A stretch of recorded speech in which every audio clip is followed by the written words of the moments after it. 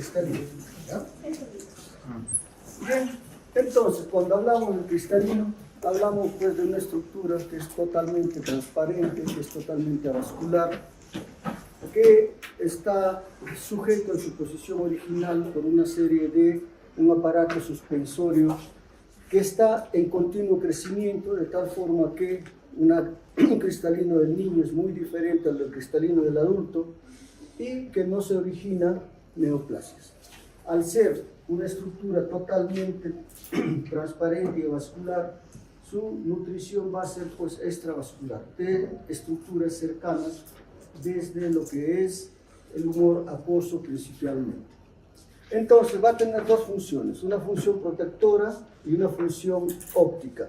La función óptica va a estar dada principalmente por esa propiedad que tiene de poder acomodar el cristalino la persona cuando hay cierto grado de deficiencia o cuando hay necesidad de enfocar. Recuerden que el cristalino constituye la segunda fuente en cuanto a lo que es poder refractivo del ojo. ¿Ya? Entonces, el cristalino, a través de esta función activa, va alterando lo que es su curvatura cristaliniana, de tal forma que nos permite enfocar tanto objetos lejanos como objetos cercanos con mayor nitidez.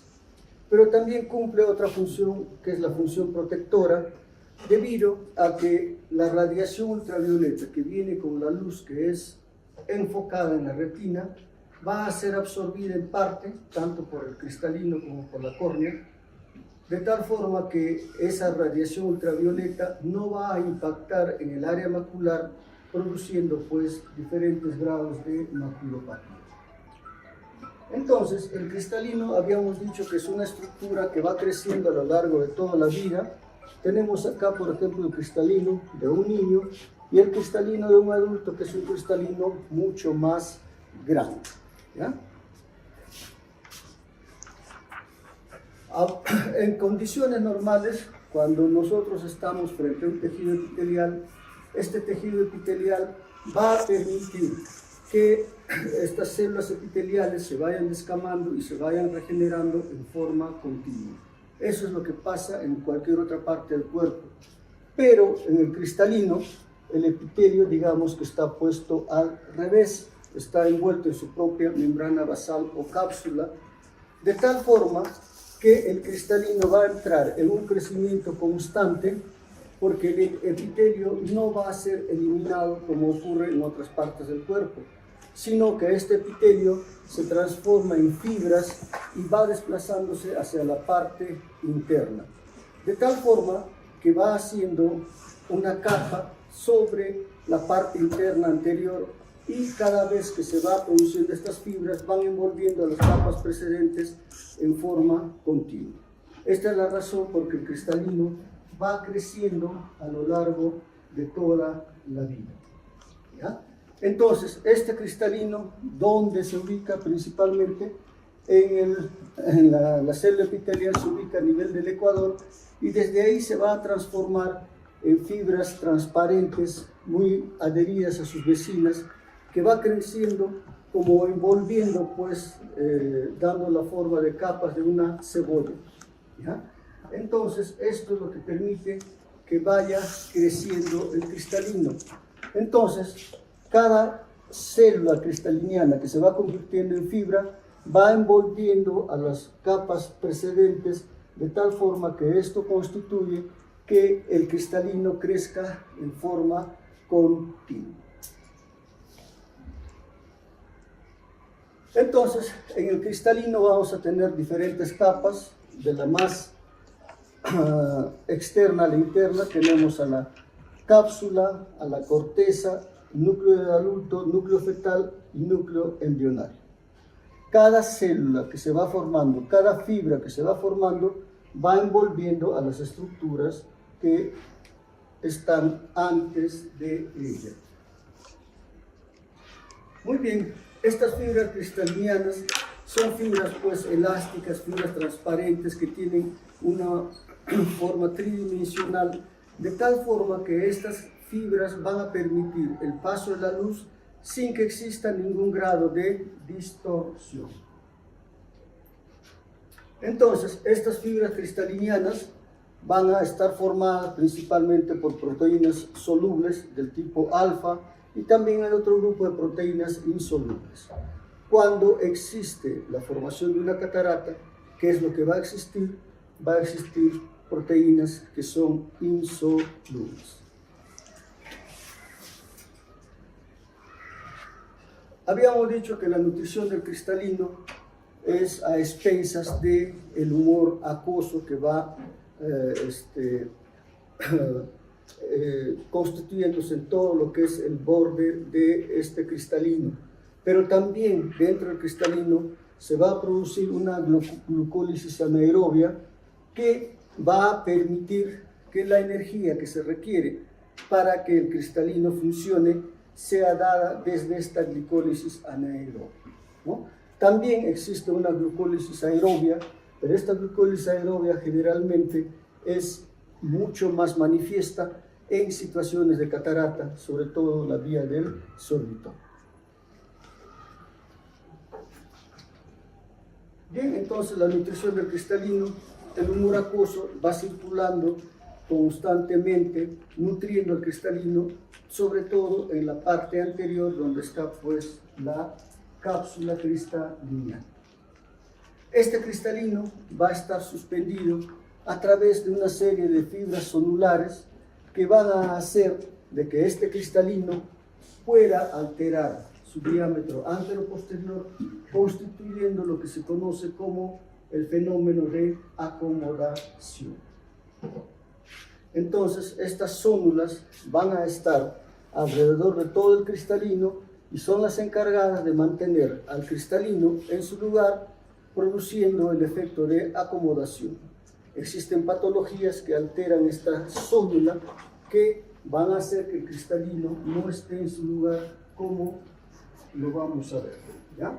Entonces, cuando hablamos de la acomodación, hablamos de un proceso mediante el cual el cristalino, alterando la curvatura del cristalino, va a permitir enfocar mejor las cosas, tanto para distancia, pero sobre todo para la visión cercana. Esto es un proceso fisiológico que va a ir perdiéndose conforme pasa el tiempo hasta llegar hacia los 40 años, donde este proceso ya se va a ver con la necesidad de poner lentes para cumplir esa función que ya no puede cumplir el cristalino, la de acomodación. ¿Cuál es el estímulo para que se produzca este fenómeno de acomodación? De que existe un enfoque borroso sobre la mano.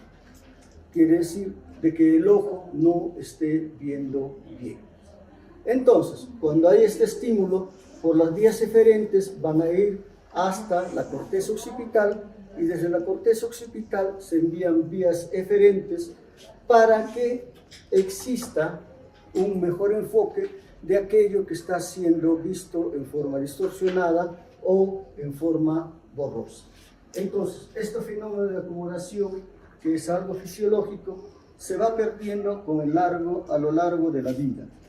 Tenemos pues una mirada lejos, una mirada cerca, donde ¿qué se está observando? Un aumento de su diámetro antero-posterior. Esto constituye pues lo que es la acomodación.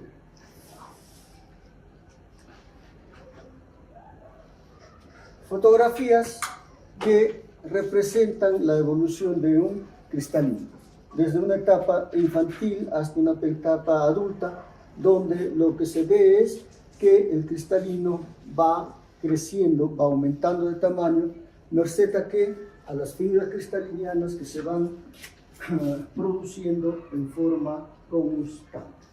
Entonces, pues, la acomodación va a ser esa alteración en lo que viene a ser el diámetro antero-posterior del ojo, de tal forma que podamos nosotros ver las cosas con mayor claridad, ¿verdad? Y la presbicia de la cual hablábamos, que hacia los 40 años se va a perder, disminuye ese factor de acomodación y va a ser necesario ya la corrección con lentes. Esto es algo fisiológico, algo por lo que todos pasan. Entonces, cuando tenemos al cristalino, tenemos que evaluarlo, y esta evaluación se hace pues con lo que es la lámpara de hendidura. La lámpara de hendidura, que es lo que va a producir corte de estructuras transparentes, de tal forma que nosotros podemos evaluar qué está pasando en el cristalino. Por decir, si evaluamos a un cristalino con una fuente de luz cualquiera, vamos a ver el ojo así. Y esto no nos da ninguna información, tanto para ver el cristalino como ver las estructuras anteriores, etc. Pero con la lámpara de hendidura, al producir corte de estructuras transparentes, ¿qué es lo que vamos a ver? Vean, la córnea, estamos viendo en todo lo que es su espesor. Podríamos visualizar en la cámara anterior si hay reacción inflamatoria, si hay precipitados retroqueráticos en la córnea, y en el cristalino, a través de los cortes, ver en qué capa está la patología que estamos evaluando o que la patología está justificando una disminución de la visión. Bien, entonces veamos algunas patologías que se van a presentar en lo que es el cristalino. Veamos primero las alteraciones de la posición. Entonces, cuando hablamos de alteraciones en la posición del cristalino, va a tener relación con lo que son alteraciones en la capa sonular, en esa capa que va a permitir lo que es la permanencia del cristalino en su posición. Cuando existe una alteración en este sistema sonular, el cristalino puede desplazarse totalmente o puede estar desplazado parcialmente. Y esto puede tener origen, ya sea de origen traumático o ser congénito. En las congénitas, estas tienden a ser bilaterales, generalmente debidas a una debilidad elástica sonular que van a constituir las ectopías, y en la parte adquirida guardan relación con procesos traumáticos, sean estas que vayan a producir luxación cuando el cristalino no está en su sitio, o subluxación cuando está luxado parcialmente pero continúa en su sitio. Muy bien, entonces, alteraciones en la posición del cristalino. Una subluxación, porque el cristalino debiera estar en la parte más superior. Una luxación anterior, porque el cristalino está en cámara anterior, y una luxación posterior, porque el cristalino está en lo que es la cámara libre. Cuando estamos frente a un paciente que ha tenido un traumatismo, entonces en estas circunstancias va a haber pues una ruptura de esta zónula que ya está debilitada de por sí en algunas circunstancias. Cuando existe un debilitamiento de esta zónula, pues con la vejez, en pacientes portadores de miopía alta y en pacientes portadores de catarata. Por esta razón es que cuando hay la sospecha o haya una catarata, hay que producir una dilatación para que no pueda existir de pronto una zónula ya debilitada. Cuando hay una situación de alteraciones de este sistema sonular, va a haber pues manifestaciones. Alguna de estas manifestaciones será visión doble, una diplopia monocular en el ojo que está presentando de pronto una subluxación, o puede haber una visión borrosa porque de pronto el cristalino está luxado totalmente. ¿Qué complicaciones habrá? Glaucoma agudo, si el cristalino está luxado a la cámara anterior, y grados de inflamación de vitreitis, si el cristalino está luxado hacia lo que es el humor vítreo. Bien, ¿qué le llama la atención en esa imagen?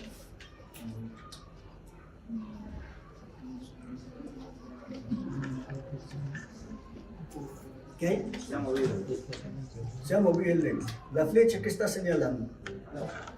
O sea, el lente debiera estar más ahí, ¿verdad? Entonces, si tenemos un lente en esta situación, habría pues una subluxación.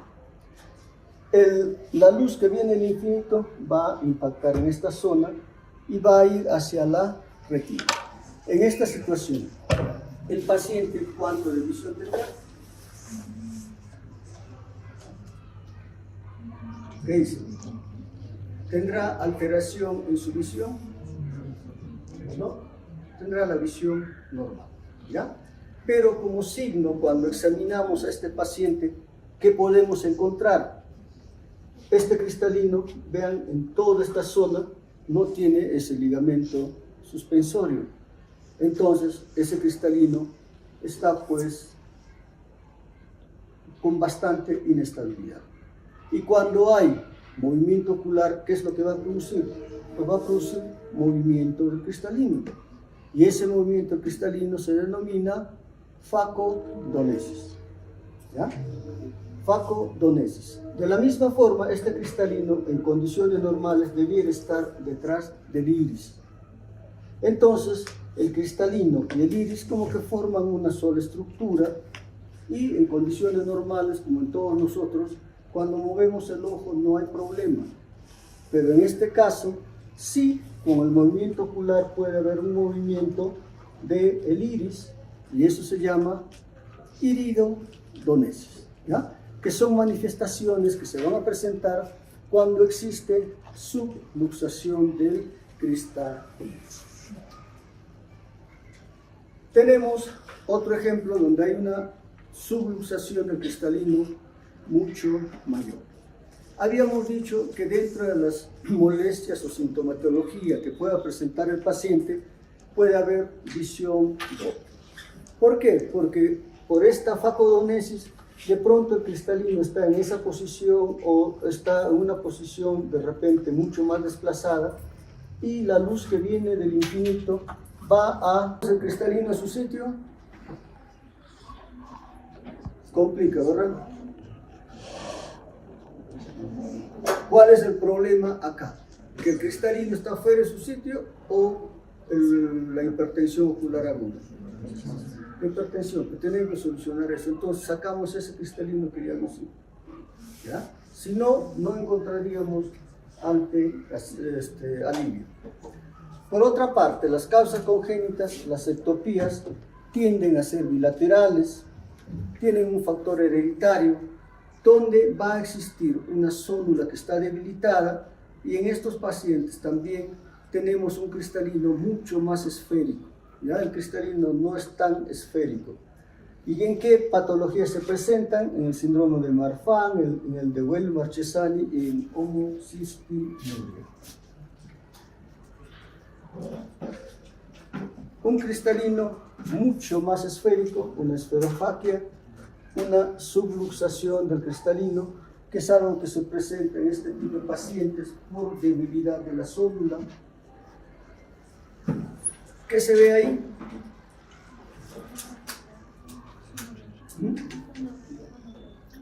Un fondo de ojo normal, anormal, ¿qué está pasando?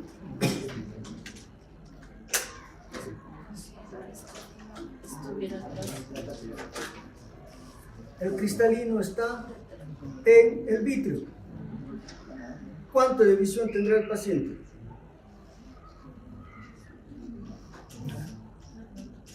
Cuentadeos a 5 metros, 20-70, 20-50, 20-20. Explique su respuesta.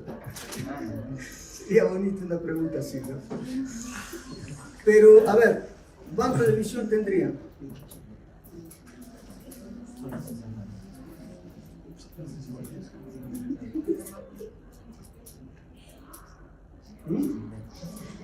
¿Y por qué?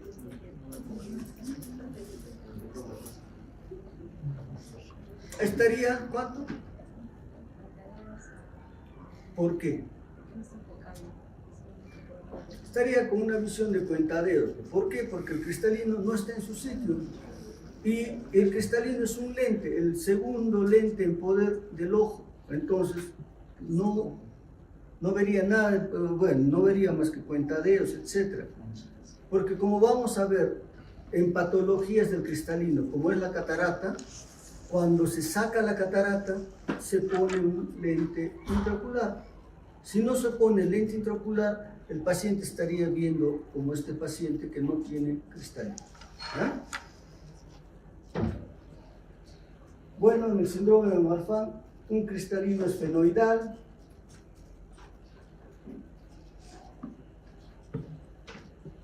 cristalino esferofáquico, diferentes tipos de subluxación, ¿ya? Que tienden a ser bilaterales. En el síndrome de Marfan, además, hay extremidades longilíneas, ¿no? En el síndrome de Weil-Marchesani también, luxación del cristalino, pero en estos casos hay una braquidactina. Todo lo contrario a lo que es el síndrome de Marchesani. El síndrome de Weil-Marchesani con extremidades y dedos pequeños. También habíamos dicho, en la hemocistinuria se puede presentar este tipo de patología cristaliniana. Vean, en la imagen vemos una luxación del cristalino, subluxación del cristalino, y en esta foto en especial se puede ver todavía una zónula rota parcialmente, ¿ya? Pero todo lo de acá ya está rota, y eso permite una inestabilidad en lo que es el cristalino. Muy bien. La otra patología a tener en cuenta, en tanto a patología del cristalino, es la pérdida de la transparencia, lo que son las cataratas. ¿Cuándo hablamos de catarata? Cuando existe una opacidad del cristalino, ¿ya? Simplemente así, opacidad del cristalino. Cuando decimos este paciente tiene catarata, no implica que necesariamente tenga que operarse, ¿ya? Catarata es cualquier alteración del cristalino. Y esta puede presentarse en niños o adultos. En niños son las congénitas, en el adulto las cataratas adquiridas, dentro de todas ellas la catarata senil, que es la más frecuente.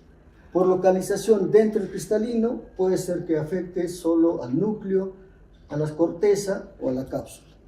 Todos ellos, dependiendo de su intensidad, serán pues de necesidad quirúrgica.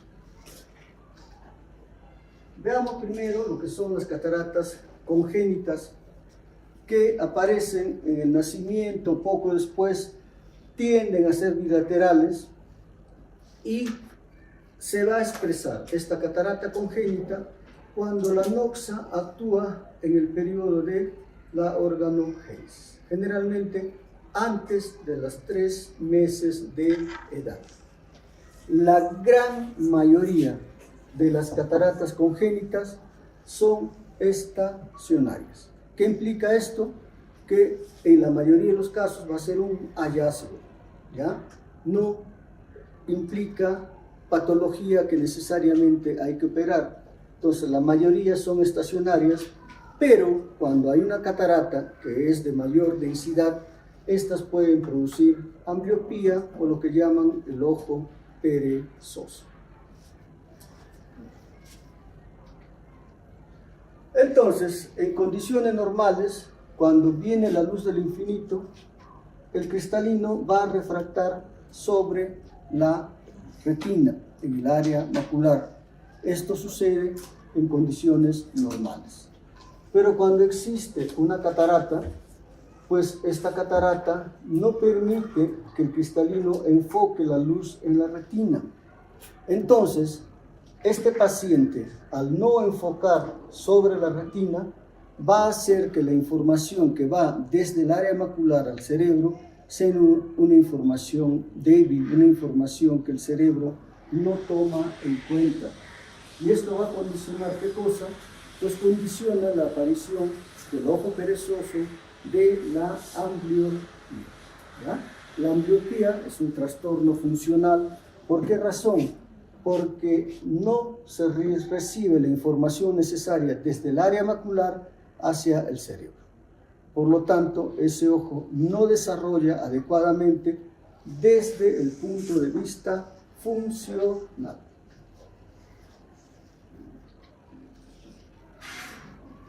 Bueno, las cataratas congénitas, más del 30-50% son de origen infeccioso, ¿ya? Un tercio no se sabe la causa, otras tienen pues, factores carenciales, tóxicos, endocrinos, etc. Pero tengamos en cuenta que los procesos infecciosos intrauterinos como la rubiola y la toxoplasmosis constituyen uno de los principales factores para el desarrollo de catarata congénita. Y cuando esta catarata aparece, ¿qué es lo que vamos a tener? Primero vamos a tener lo que es una leucocoria. Esta es la forma más frecuente de expresión de la catarata congénita. ¿Qué implica esto? Que en el área macular encontramos una lesión blanquecina. Esa es la leucocoria, ¿ya? Bien, habíamos otra forma de presentación, viene a ser el nistagmus o el estrabismo. Generalmente secundarios a este proceso de leucocoria, donde el estímulo visual no está siendo transmitida hacia la retina en forma adecuada.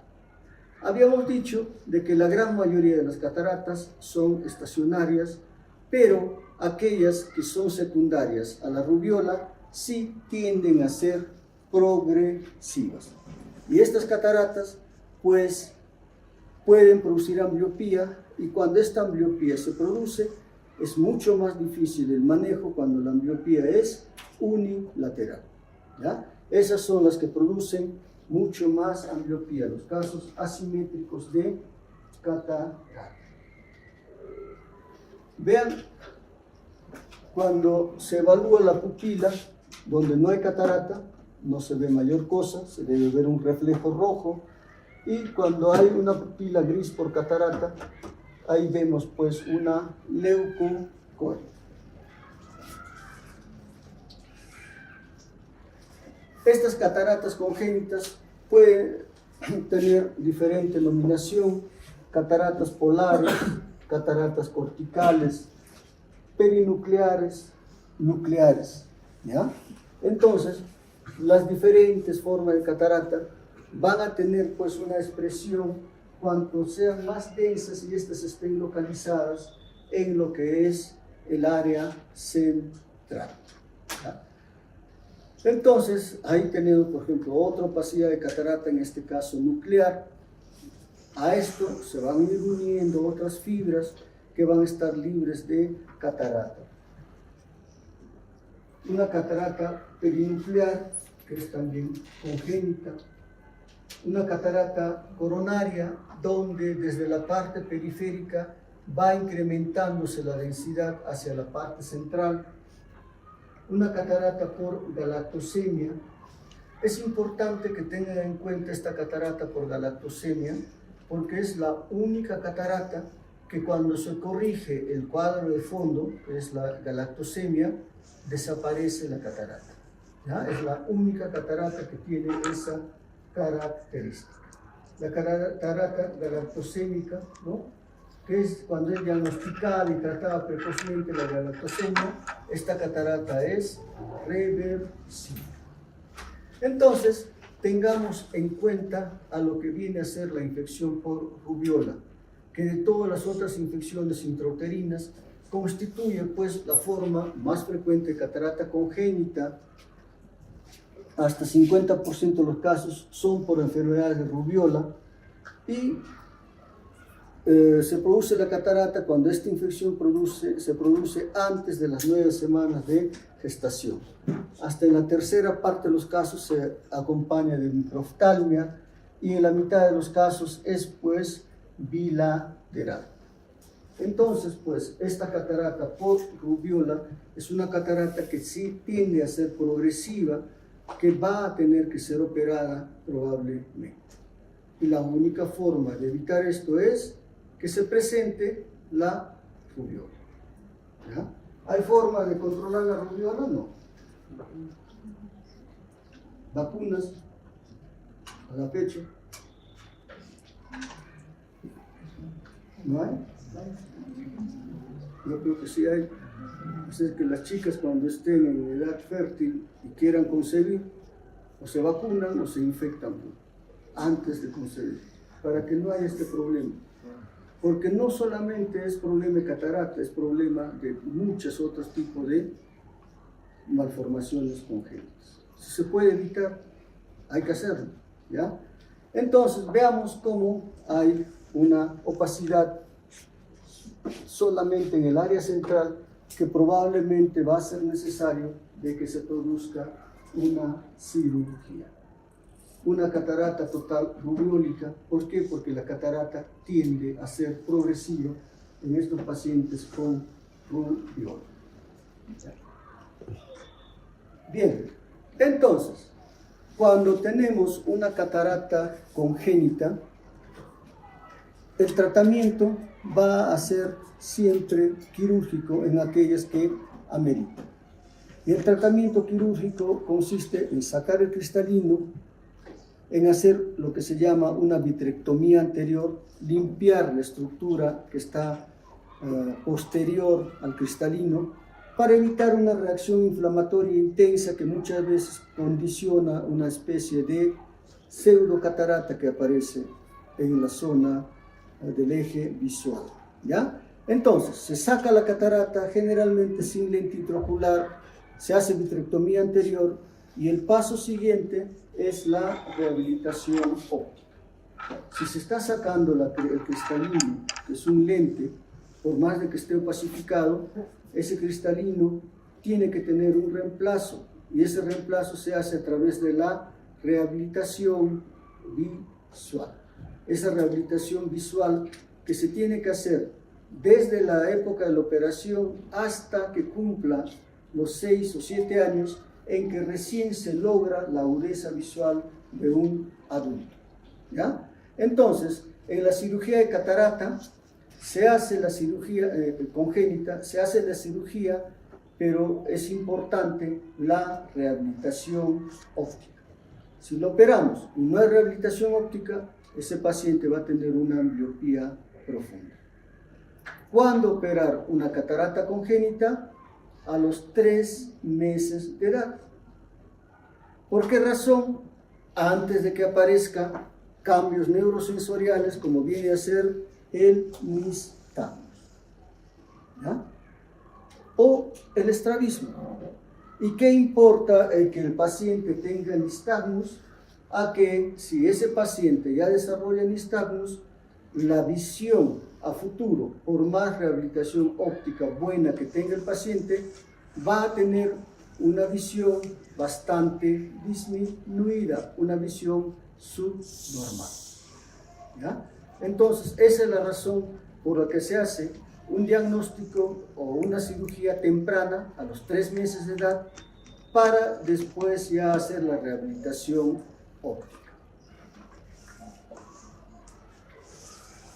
Bien, en tanto la catarata del adulto, que es la forma más frecuente de catarata, estas pueden ser pues traumáticas, no traumáticas, y las cataratas seniles, que son las más frecuentes.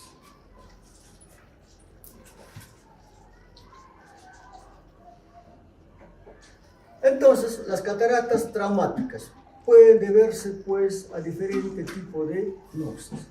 Puede ser debido a una lesión penetrante directa que entre en contacto con el cristalino y ese contacto produce que haya una opacidad del mismo. Puede ser por procesos de contusión que van a formar también diferentes tipos de cataratas. Puede ser por shock eléctrico y rayos, radiaciones ionizantes, radiación infrarroja, etc.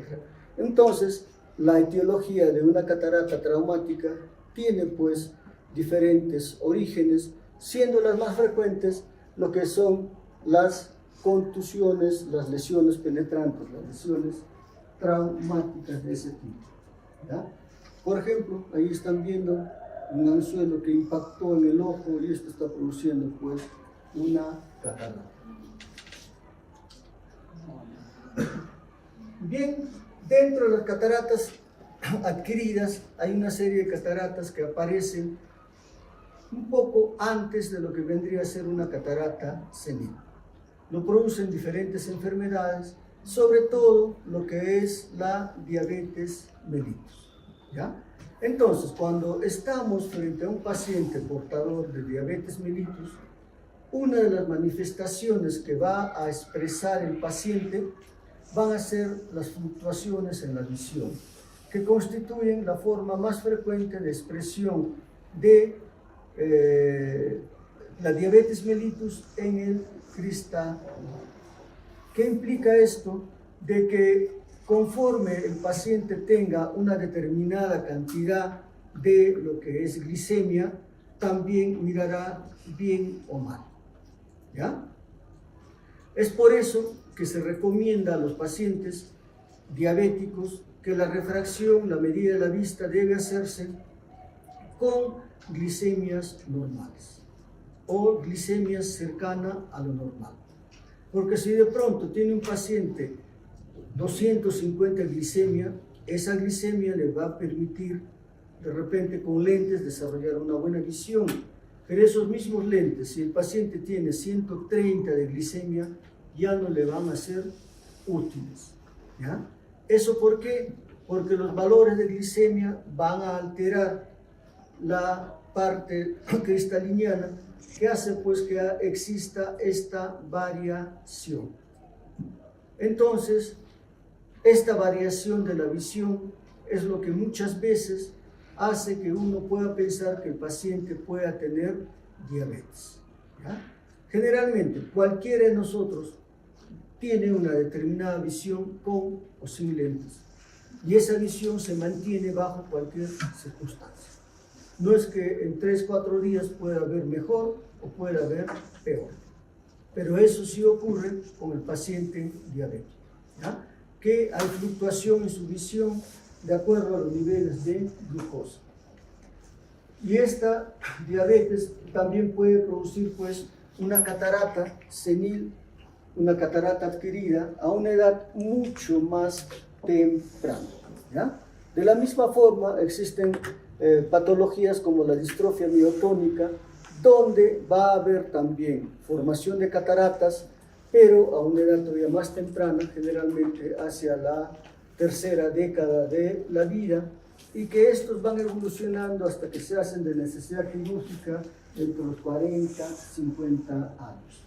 De la misma forma, la dermatitis atópica, que suele presentarse todavía a una edad más temprana, entre los 20, 30, 40 años, va a producir opacidades bilaterales que tienden a madurar rápidamente, disminuyendo grandemente la visión y haciéndose de necesidad quirúrgica. Bien, otro grupo de cataratas vienen a ser las cataratas adquiridas, pero las inducidas por fármacos.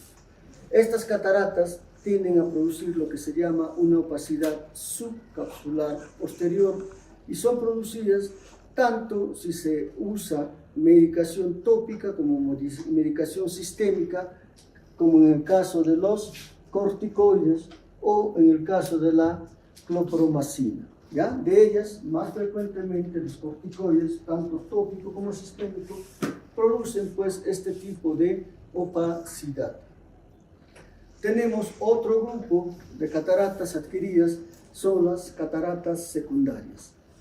Son denominadas cataratas secundarias porque el origen de estas cataratas generalmente son procesos infecciosos, inflamatorios, intraoculares, dentro de los cuales tenemos pues la uveitis anterior, que va a ser una de las causas más importantes en la producción de lo que es la catarata, una opacidad subcapsular posterior. Y en el caso de uveitis, además de poder producir una catarata secundaria, puede haber también problemas de hipertensión ocular. ¿Por qué razón? Por lo que la reacción inflamatoria que se está produciendo en la cámara anterior puede ir hacia lo que es la zona de la malla trabecular, donde va a producir lo que es alteraciones en el flujo del humor acuoso por depósito de reacción inflamatoria o por sinequias de lo que viene a ser la malla trabecular. Esta catarata secundaria también se suele ver en pacientes que son portadores de miopía patológica, miopía alta, miopía de 6, 7, 8 dioptrías, donde va a incrementarse una opacidad, sobre todo a nivel de los núcleos, ¿ya? Entonces, la catarata secundaria por miopía alta es una situación también a tener en cuenta.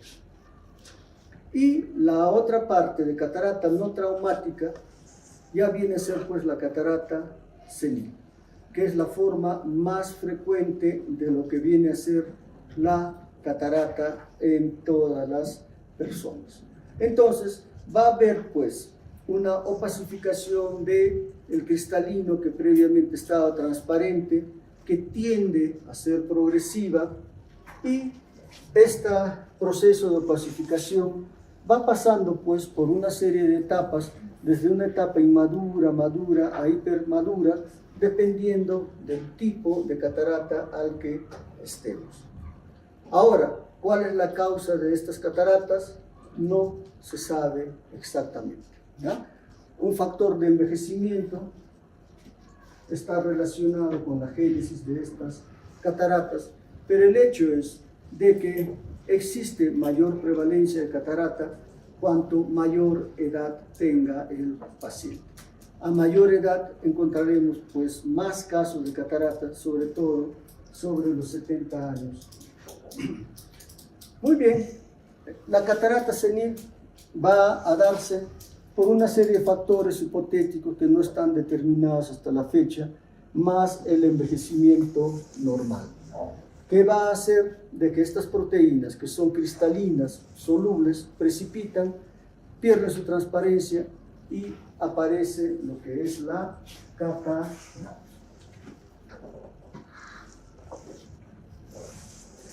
Que existen cambios oxidativos dentro de lo que es el cristalino, eso sí, pero el hecho es de que se desactivan los sistemas enzimáticos, se agregan las proteínas y se destruyen las membranas celulares, con lo cual se altera la transparencia del cristalino y se aparece la catarata.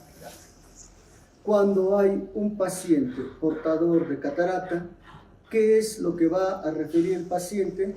Pues va a haber una disminución progresiva de la visión, que se manifiesta tanto para visión lejana como para visión cercana, que es progresiva. No es una situación que aparezca de un momento a otro. Cuando un paciente es portador de catarata, va a haber pues cambios en la refracción, de tal forma que existe una miopización en el paciente, miopización que va a hacer de que la visión cercana mejore transitoriamente. ¿Ya? Esta es una característica de un paciente portador de catarata. Y el paciente va viendo a través, con el correr del tiempo, como si viera pues a través de una neblina, ¿no? Esta es la forma como el paciente va mirando a través de esta catarata, lo cual va a hacer que exista una disminución de diferente tipo de habilidades que antes las tenía intactas, hasta que en un momento ya va a ser necesario que las sensibilidades que va perdiendo se restituyan, porque de lo contrario va a haber invalidez en estos pacientes, porque solo pueden tener una visión muy baja, ¿ya? Entonces, en la evolución de estos pacientes suele haber una refracción o una situación refractiva engañosa donde mejora la visión cercana. Un paciente que no veía para cerca, de pronto comienza a ver muy bien de cerca, pero esto es un fenómeno transitorio que va a pasar en algunas semanas. Esto es debido a ¿qué? A la miopización por la catarata. En condiciones normales, la catarata va a enfocar en determinado punto en lo que es el área macular, pero cuando hay catarata, esa catarata va a producir una distorsión en el enfoque, de tal forma que va a enfocar en diferentes puntos cercanos al área macular, y esto condiciona fenómenos de visión doble, fenómenos de lo que es deslumbramiento, etc. ¿Ya? Entonces, un paciente que tiene una catarata va a ir perdiendo progresivamente la visión hasta que llegue el momento pues, en que prácticamente la visión que tiene no es buena.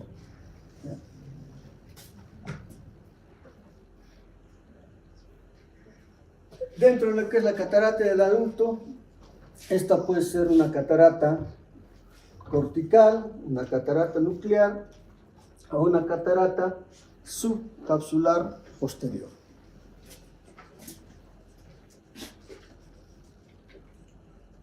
Veamos primero lo que es la catarata cortical, ¿ya?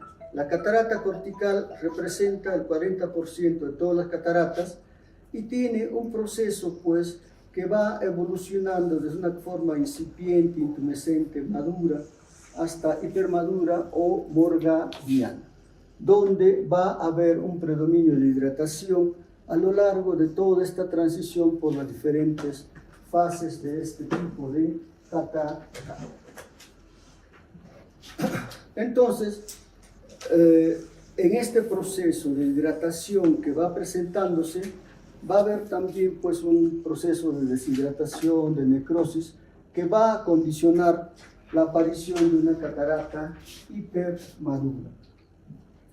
Tenemos una catarata cortical en una fase incipiente, donde este tipo de cataratas generalmente tienden a insinuarse en todo lo que es la periferia para ir hacia la parte central.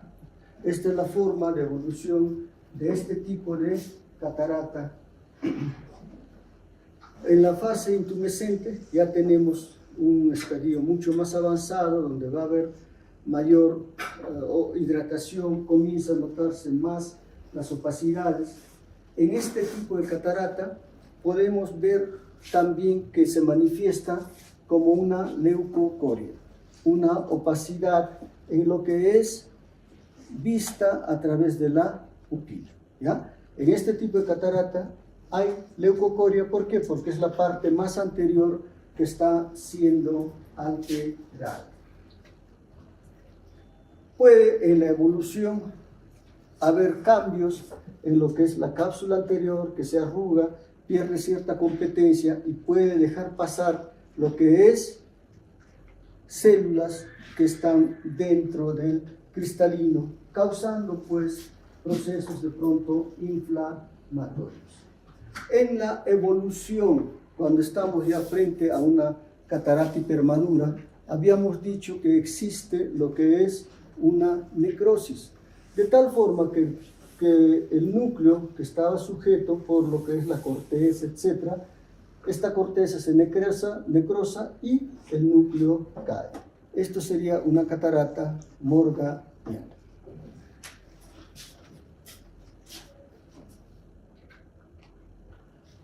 Muy bien, de todas las cataratas, la catarata subcapsular anterior o cortical anterior viene a ser una de las pocas cataratas que en su evolución puede causar complicaciones.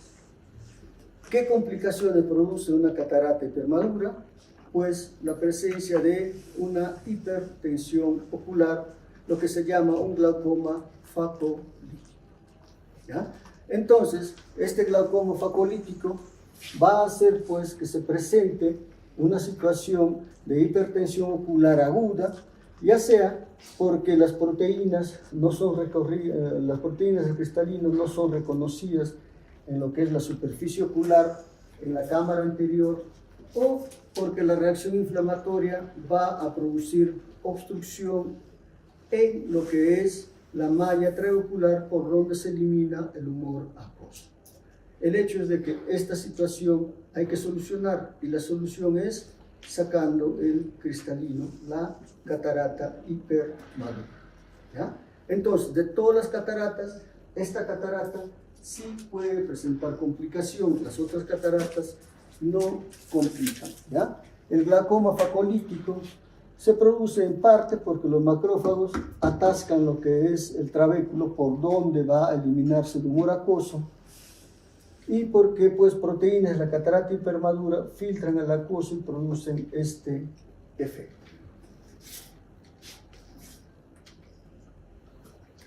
El otro tipo de catarata la catarata nuclear.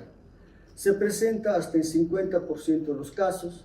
Va a haber un proceso de esclerosis progresiva a nivel nuclear que va a ir miopizando también, pero va a existir un predominio de lo que es la pigmentación, de tal forma que estos pacientes van a tener una catarata de color pardo. Síntoma predominante, la miopización, de evolución mucho más lenta, y en estos pacientes se describe que existen grados de lo que es discromatopsia adquirida. ¿Ya? Entonces, una catarata nuclear va a ir aumentando su pigmentación en lo que viene a ser el núcleo. Esta es la evolución que va a seguir en su proceso una catarata nuclear. Esta catarata nuclear va a producir una pérdida progresiva de la visión, mejora con lentes de miopía y no es tan frecuente la aparición de leucocoria. ¿Por qué razón? Porque tiene una localización mucho más posterior, que en una situación de midriasis pupilar podría verse esta situación de leucocoria.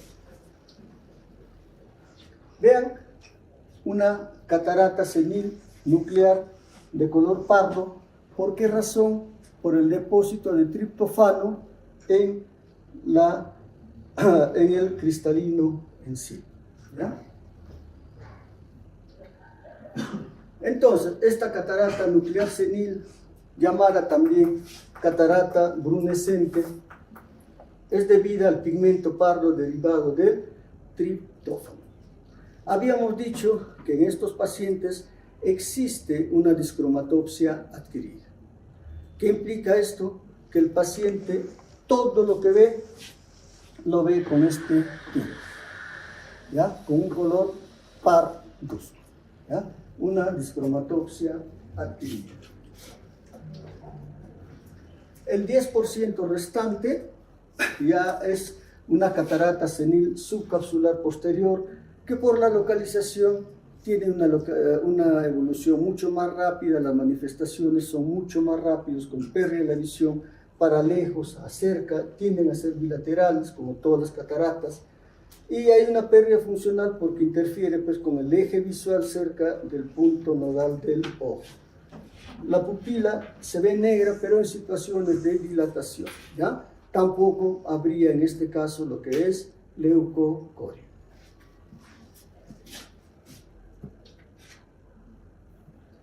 Catarata subcapsular posterior, solamente la cápsula posterior está opacificada, pero produce una gran alteración de pérdida funcional en el ojo. Catarata subcapsular posterior de diferente tipo. Saben ustedes que una de las causas importantes de este tipo de catarata viene a ser el uso de corticoides. Muy bien. ¿Y qué hacer cuando un paciente tiene catarata? Operar, ¿ya? No hay otro tratamiento al momento actual. No hay ningún tipo de tratamiento médico para lo que es la cirugía, el tratamiento de catarata. Y el tratamiento implica sacar el cristalino y poner un lente intraocular. ¿Cuándo operar? Cuando ya altere esa catarata la calidad de visión, la calidad de vida, cuando pues la visión esté muy reducida. Y la otra circunstancia para operar es por razones médicas. De pronto esa catarata está impidiendo que se pueda dar tratamiento a otra patología del ojo, como podría ser retinopatía diabética, problemas de desprendimiento de retina, etc. En estas circunstancias, entonces, pues, hay que operar. Muy bien, y la operación de la cirugía de catarata en la actualidad se hace con lo que es, pues, la facoemulsificación, ¿ya? Ha habido la cirugía extracapsular de catarata, que ya pasó, ahora estamos en facomulsificación, en la incisión pequeña, pero en todas ellas el principio es el mismo. ¿En qué consiste? En abrir la cápsula, extraer el núcleo y la corteza y colocar un lente intraocular dentro de lo que es el ojo en la bolsa del cristalino, ¿ya? Esto es el principio de lo que viene a ser la cirugía de catarata. Entonces, la cirugía de catarata ha ido progresando, mejorando hasta la situación actual, y ha habido algunos cambios que han hecho que la cirugía actual pues sea bastante segura. Uno de esos cambios es el hecho de que usamos sustancia viscoelástica para proteger las estructuras internas del ojo. De todas las estructuras internas, la córnea es la estructura que más podría sufrir potencialmente, ¿ya? Porque habría una pérdida de células endoteliales. La sustancia viscoelástica, entonces, esto nos ha permitido mejorar la cirugía que se hace bajo microscopio y con equipos especialmente adaptados para ello. Cuando colocamos el lente intraocular, el lente pues tiene una determinada medida para cada uno de nosotros. Y esa medida se va a evaluar con lo que viene a ser pues el cálculo de la biometría para poner un lente que mejore al 100% la visión del paciente, ¿ya? Ahora bien, la cirugía de catarata es una cirugía que se va a realizar con anestesia local, regional, que no repercute a nivel sistema. La catarata es una cirugía de gente anciana que generalmente tiene muchas comorbilidades, pero la cirugía de catarata por la anestesia no constituye ningún riesgo para cualquier paciente. Entonces, alienten la cirugía de catarata. Es una cirugía segura, es una cirugía que no va a producir repercusión sistémica desde el punto de vista de anestesia, ¿ya? Entonces, es una cirugía segura, promocionen.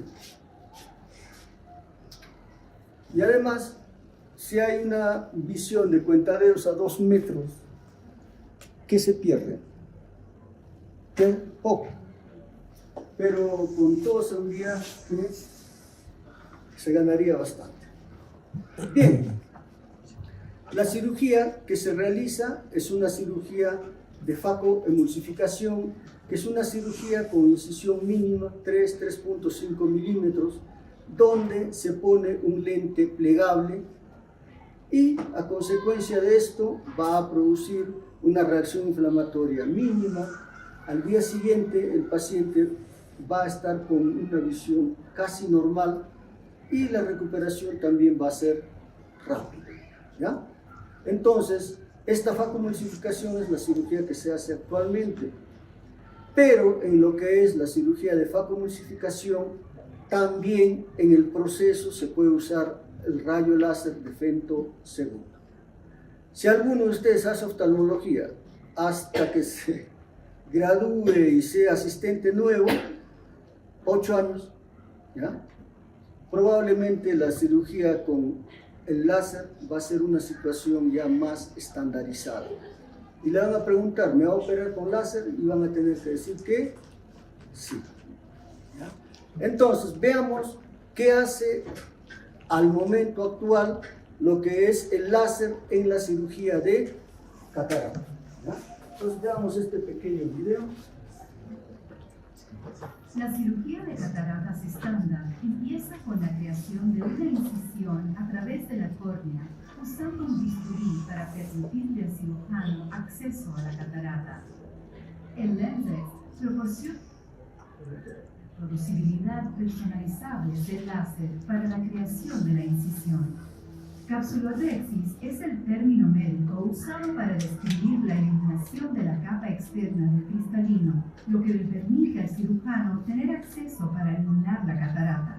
Este es el paso más importante en su resultado visual. En la cirugía de cataratas estándar, este paso es realizado por el cirujano manualmente, creando una abertura circular con un instrumento manual. El láser Lensex ofrece a su cirujano precisión para crear esta abertura circular y permite que el lente sea colocado de una forma que quede en la posición más efectiva posible. Esto permite al paciente experimentar los resultados visuales. Cuando se hace la cirugía de catarata, no se saca todo el cristalino, ¿ya? Se saca a través de esta capsulorhexis circular continua, se saca todo lo que es la corteza, el núcleo, se limpia y en esta bolsa se coloca el lente intraocular, ¿ya? Es como si este lente estuviera en el núcleo del cristalino. Y el colocar este lente en esa posición, pues va a permitir que el lente esté bien centrado. Sobre todo cuando colocamos lente intraocular multifocal o lente intraocular tórico. Los tóricos son para aquellas personas que tienen astigmatismo, ¿ya? Entonces, si no se pone en la bolsa el lente tórico, el lente multifocal, pues va a tener mucho problema el paciente. Y las complicaciones de la cirugía de catarata van a estar relacionadas con esta cápsula posterior. La ruptura de la cápsula posterior constituye la causa más frecuente de lo que viene a ser la complicación intraoperatoria de la catarata. ¿Ya? Recuerden, en esta bolsa se coloca el lente intraocular. Operatorios más predecibles. La cirugía de cataratas estándar requiere una máquina de facoemulsificación para segmentar y eliminar el contenido de la catarata.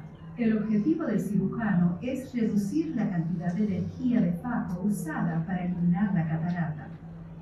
El láser Lensex realiza la fragmentación del cristalino, creando segmentos fácilmente disecables para una eliminación eficiente con poca o ninguna energía de faco. Con los pulsos de láser usados, el láser Lensex proporciona al cirujano una reducción de 43% en la energía de faco y una reducción de 51% en el tiempo de faco en comparación con el procedimiento de cataratas estándar. A ver, ¿alguien me hace el resumen de qué es lo que esto contribuye a la cirugía de cristalino con faco? ¿Lo han dicho?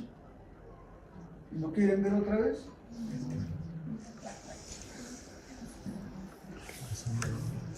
Es 2 minutos. Pero presten atención, ¿qué hace? La cirugía de cataratas estándar empieza con la creación de una incisión a través de la córnea, usando un bisturí para permitirle al cirujano acceso a la catarata. El Lensex proporciona la precisión y reproducibilidad personalizables del láser para la creación de la incisión. Capsulorhexis es el término médico usado para describir la eliminación de la capa externa del cristalino, lo que le permite al cirujano tener acceso para eliminar la catarata. Este es el paso más importante en su resultado visual. En la cirugía de cataratas estándar, este paso es realizado por el cirujano manualmente, creando una abertura circular con un instrumento manual. El láser Lensex ofrece a su cirujano precisión para crear esta abertura circular y permite que el lente sea colocado de una forma que quede en la posición más efectiva posible. Esto permite al paciente experimentar los resultados visuales postoperatorios más predecibles. La cirugía de cataratas estándar requiere una máquina de facoemulsificación para segmentar y eliminar el contenido de la catarata. El objetivo del cirujano es reducir la cantidad de energía de faco usada para eliminar la catarata. El láser Lensex realiza la fragmentación del cristalino, creando segmentos fácilmente disecables para una eliminación eficiente con poca o ninguna energía de faco. Con los pulsos del láser usados, el láser Lensex proporciona al cirujano una reducción de 43% en la energía de faco y una reducción de 51% en el tiempo de faco en comparación con el procedimiento de cataratas estándar. Bien, entonces, el láser de femtosegundo va a tener 3 pasos que pueden sustituir lo que se hace normalmente. Uno, el entrar a cámara anterior, según el video, de una forma más personalizada.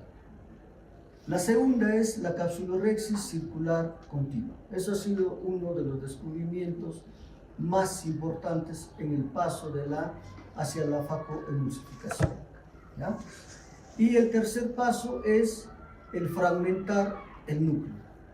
Se fragmenta el núcleo en 2, 4, 6 partes, de acuerdo a lo que el cirujano quiera, pero esta fragmentación se hace también con la facoemulsificación, ¿ya? Entonces, estos 3 pasos son los que hasta ahora otorga el láser de femtosegundo en la cirugía de catarata.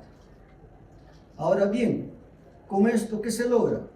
Una disminución de la cantidad de energía que se va a usar y una disminución en cuanto al tiempo operatorio de la cirugía, ¿ya? Para todos los que quieren ser cirujanos, un buen cirujano no es por lo que te saca la vesícula en 10 minutos, a mí que me la saquen en 15, 20, pero que la saquen bien, ¿no? Sin complicaciones. O sea, la velocidad no es una situación importante, ¿ya? Pero eso te ofrece el láser de femtosegundo, y además de que se supone, ya en el video lo dicen, que la cirugía tradicional implica en hacer la capsulorhexis en forma manual y tanta cosa, como si fuese una situación que va en contra de uno, ¿ya? Entonces, ahora vamos a ver una cirugía de lo que es la facoemulsificación, con todos los pasos que va a haber, lo que es el entrar a cámara anterior, lo que es la capsulorhexis circular continua, lo que es la fragmentación del núcleo, la aspiración, la colocación de lente intraocular, ¿ya? La cirugía de cataratas estándar empieza con la creación de una incisión.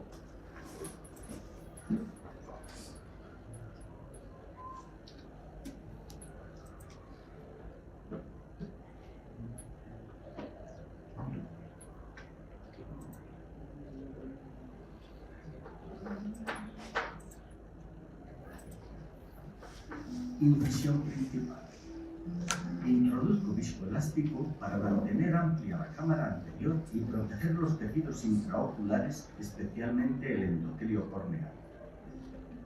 Incisión accesoria. Capsulorhexis circular continua. Con una pinza especial realizo una abertura circular en la cápsula anterior de la catarata, es decir, una capsulorhexis circular continua de unos 5 milímetros de diámetro. Si es menor, dificulta la cirugía, y si es mayor, el centrado de la lente intraocular. Si se rompe hacia el ecuador, puede ser preferible parar la facoemulsificación y seguir la cirugía con una técnica manual sin ultrasonido. Hidrodisección. Inyecto un suero enriquecido, solución serina balanceada, para separar la cápsula del resto de la catarata. Se aprecia una ola de fluido pasando por la superficie posterior. Es importante que el núcleo rote con facilidad, como se aprecia en este caso. El facoemulsificador inyecta fluido continuamente para mantener la cámara anterior. Con ultrasonidos torsionales realizo un surco para dividir la catarata por la mitad. Existen muchas variantes al realizar la facoemulsificación, pues cada oftalmólogo tiene sus preferencias. Con la pieza auxiliar giro la catarata para profundizar el surco por el lado contrario.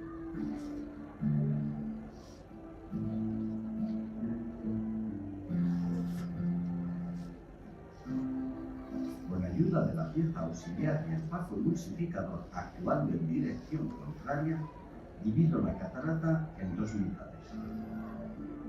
El aparato emite ultrasonidos que emulsifican y disuelven el núcleo duro mientras aspira los restos de la catarata resultantes. En este momento estoy eliminando la mitad del núcleo duro de la catarata.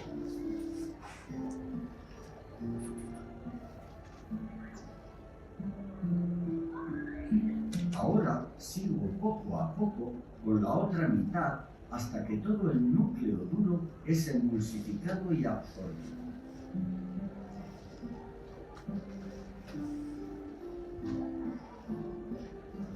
Con una punta de irrigación-aspiración introduzco solución salina balanceada mientras extraigo las masas, es decir, los restos blandos de catarata que quedan después de extraer el núcleo hasta ver limpio el reflejo. ¿Qué es esta parte, chicos?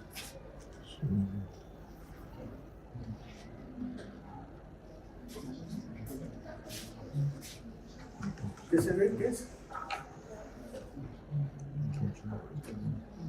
Es la cápsula circular continua, ¿no? Esta parte es lo que se ha sacado, se ha limpiado todo lo que es el cristalino, la cápsula, etc. Y ahora acá se va a poner un lente intraocular.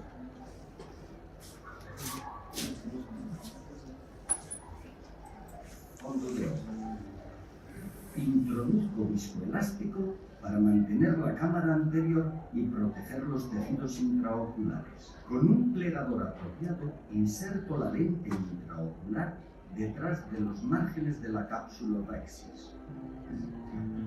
Se despliega espontáneamente y con una espátula auxiliar la coloco en el saco endocapsular, es decir, en el mismo lugar donde se encontraba la catarata.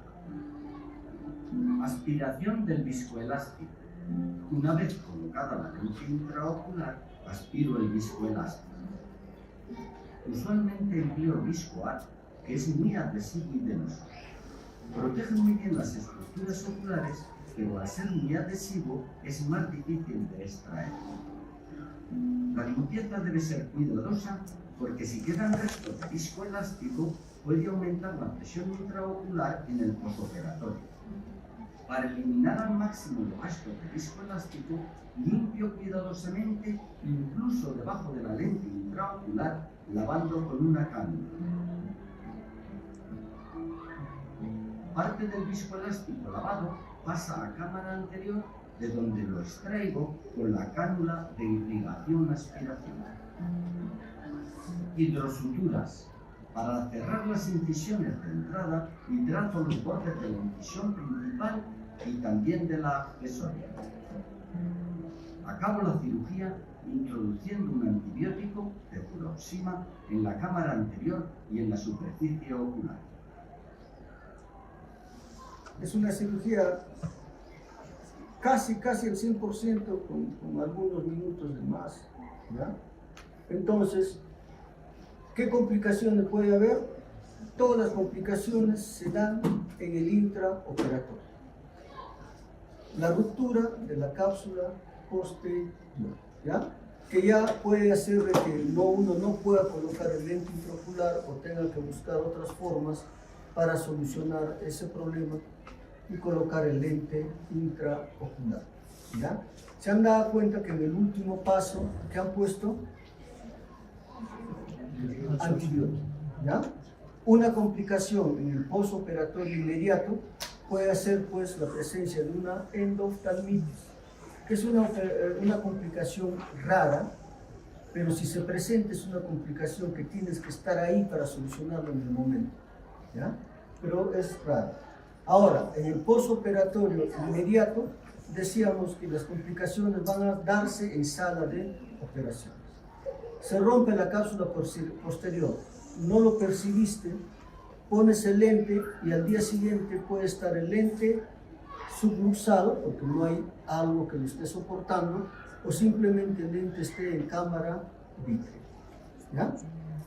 Y después, veamos algunas complicaciones que se presenten. Complicaciones, ruptura de cápsula posterior. Secundaria a esto puede haber subluxación del lente intraocular, luxación completa del lente intraocular. La endoftalmitis postoperatoria sí es una de las complicaciones más temibles dentro de lo que es oftalmología, Por eso se hace prevención desde una buena asepsia de la superficie ocular y colocar antibióticos en cámara anterior al término de la operación. Y entonces, cuando se presenta una endoftalmitis, ¿cómo se va a presentar? Se presenta con un dolor ocular intenso, pérdida brusca de la visión, y en el examen vamos a encontrar una disminución de la visión, que será pues cuentadeos a 1 o 2 metros, la presencia de lo que es hipopio, reacción inflamatoria en cámara anterior y una marcada congestión ocular con una predilección por una congestión de tipo ciliar, acompañada de un dolor ocular intenso y la disminución de la agudeza visual. ¿Ya? Entonces, cuando aparece, generalmente los primeros días del postoperatorio, segundo, tercer día, que es donde más cuidado debiera verse. Y cuando uno opera en catarata, hay que explicar al paciente sobre la aparición de esta sintomatología: dolor ocular intenso, disminución brusca de la visión, presencia pues ya de hipopio, enrojecimiento ocular, etc. ¿Ya? Cuando controlamos a un paciente, al día siguiente lo vamos a encontrar con una buena visión, 20-30, 20-25, 20-20. Esa visión, si se ve reducida, acompañada de dolor ocular, enrojecimiento ocular, hay que pensar en eso. ¿Ya? Vean, una endoftalmitis donde hay una marcada reacción inflamatoria que se ve a nivel de cámara anterior con la presencia de hipopio, y esta marcada reacción inflamatoria también está en lo que es el vítreo. Es la causa por la que la visión disminuye grandemente. ¿Ya? ¿Cuál es el tratamiento? Inyecciones intravítreas de antibióticos o vitrectomía. ¿Ya? Lo importante es que el cirujano esté ahí para que el paciente pueda ser auxiliado. ¿Ya? De pronto el cirujano no puede colocar la inyección intravítrea, etc., pero tiene que estar ahí para que pueda hacer el enlace para que este paciente tenga posibilidades de mejorar su visión. En la catarata congénita habíamos dicho de que uno de los pasos más importantes viene a ser la rehabilitación. Si no se presenta la rehabilitación óptica, ese paciente va a tener una visión mala en ese ojo, por más que haya sido operado. ¿Ya? Bien, entonces nos queda un tiempito para hacer, para que vean un casito. A ver, la lista, por favor, si lo tienen.